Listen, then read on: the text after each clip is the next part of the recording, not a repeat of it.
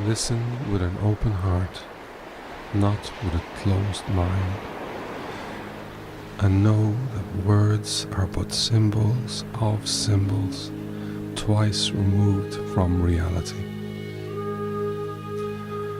A broken heart is humble and longs to know the truth of itself, truth hidden by a veil of mind's illusions, of death and suffering and pain. So fear not to come to the great feast of your heart's longing, for you will not be found wanting there.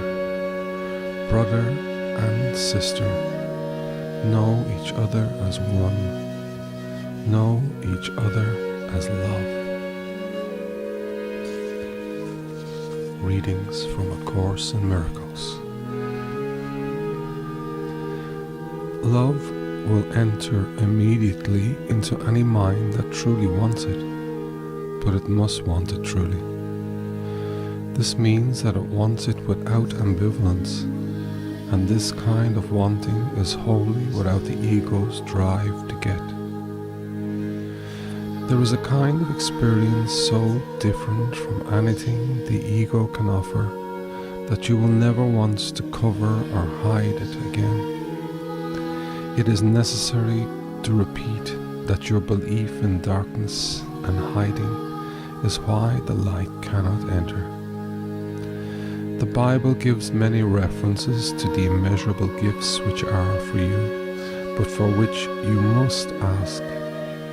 This is not a condition as the ego sets conditions. It is the glorious condition of what you are. No force except your own will is strong enough or worthy enough to guide you. In this you are as free as God and must remain so forever. Let us ask the Father in my name to keep you mindful of His love for you and yours for Him.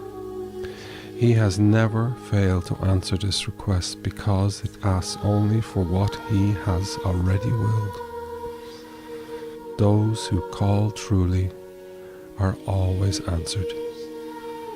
Thou shalt have no other gods before Him, because there are none. It has never really dawned on your mind to give up every idea you ever had that opposes knowledge. You retain thousands of little scraps of fear that prevent the Holy One from entering. Light cannot penetrate through the walls you made to block it, and it is forever unwilling to destroy what you have made. No one can see through a wall, but I can step around it. Watch your mind for the scraps of fear, or you will be unable to ask me to do so. I can help you only as your Father created us. I will love you and honor you and maintain complete respect for what you have made, but I will not uphold it unless it is true. I will never forsake you, any more than God will, but I must wait as long as you choose to forsake yourself. Because I wait in love and not in impatience, you will surely ask me truly. I will come in response to a single, unequivocal call.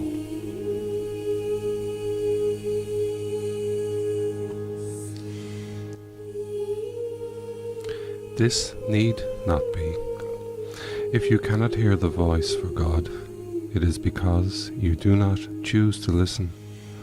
That you do listen to the voice of your ego is demonstrated by your attitudes, your feelings, and your behavior.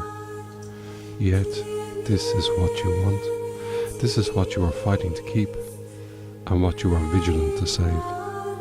Your mind is filled with schemes to save the face of your ego, and you do not seek the face of Christ. The glass in which the ego seeks to see its face is dark indeed.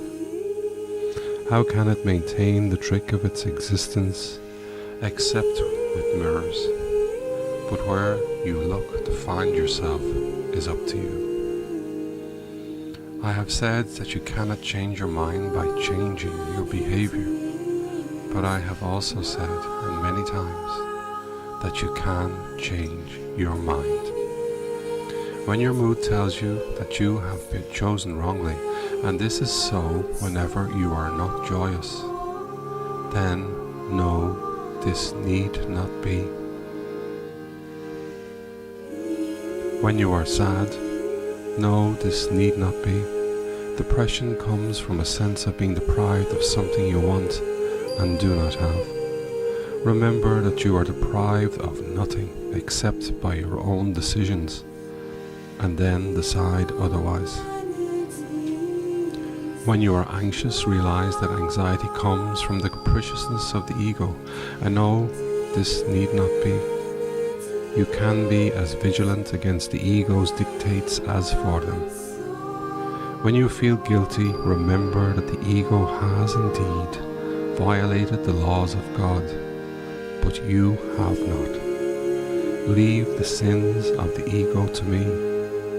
That is what atonement is for. But until you change your mind about those whom your ego has hurt, the atonement cannot release you. While you feel guilty, your ego is in command, because only the ego can experience guilt. This need not be. Watch your mind for the temptations of the ego, and do not be deceived by it. It offers you nothing.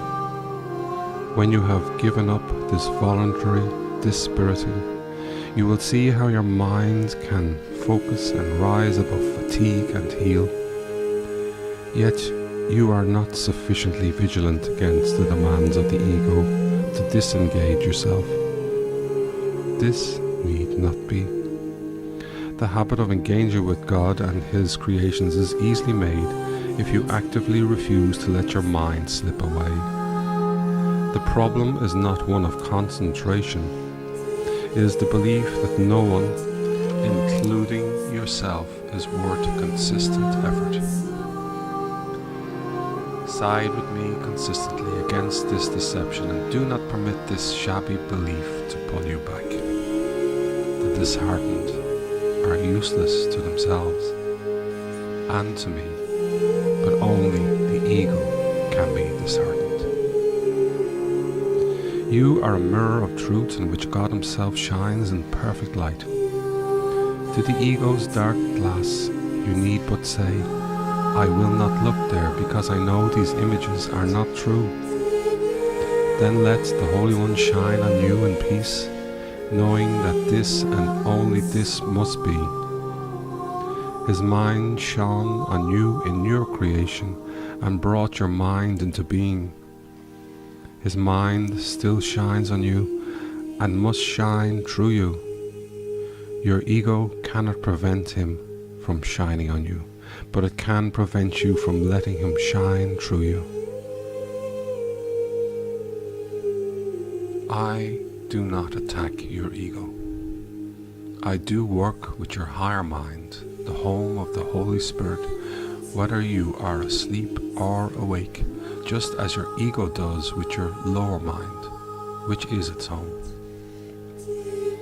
I am your vigilance in this, because you are too confused to recognize your own hope. I am not mistaken.